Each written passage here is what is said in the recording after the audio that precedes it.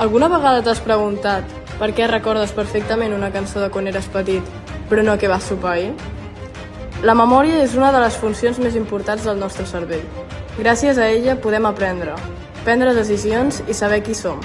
Sense memòria, cada dia seria com començar de zero.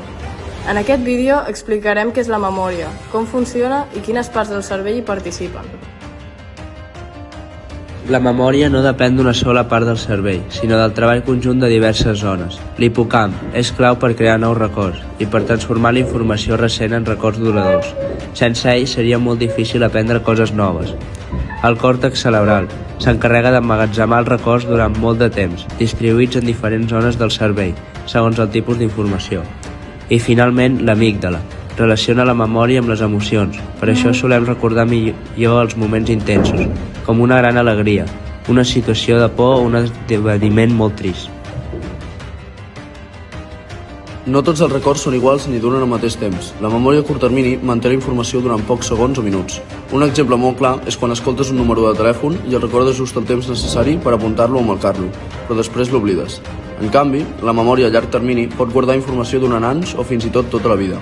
Aquí trobem records importants, com els de la infància, coneixements apresos a l'escola o habilitats com anar en bicicleta, que un cop apreses gairebé no s'obliden.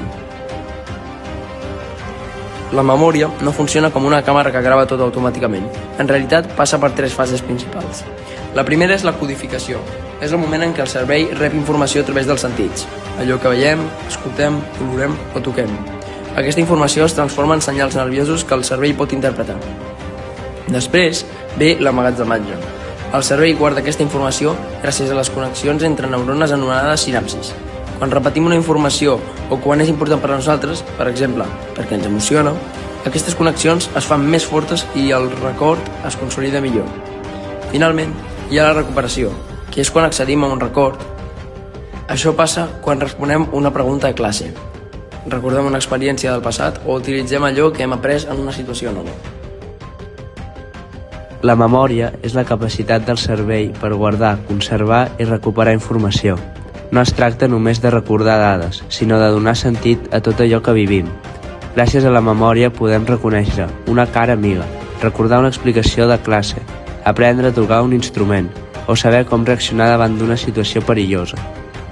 De fet, tot el que sabem, tot el que hem après i totes les experiències que ens defineixen formen part de la nostra memòria. Sense memòria no podríem aprendre del passat ni planificar el futur. En resum, la memòria és un sistema complex que ens permet aprendre, recordar i construir la nostra identitat. Entendre com funciona no només ens ajuda a estudiar millor, sinó també a comprendre malalties del cervell i millorar la qualitat de vida.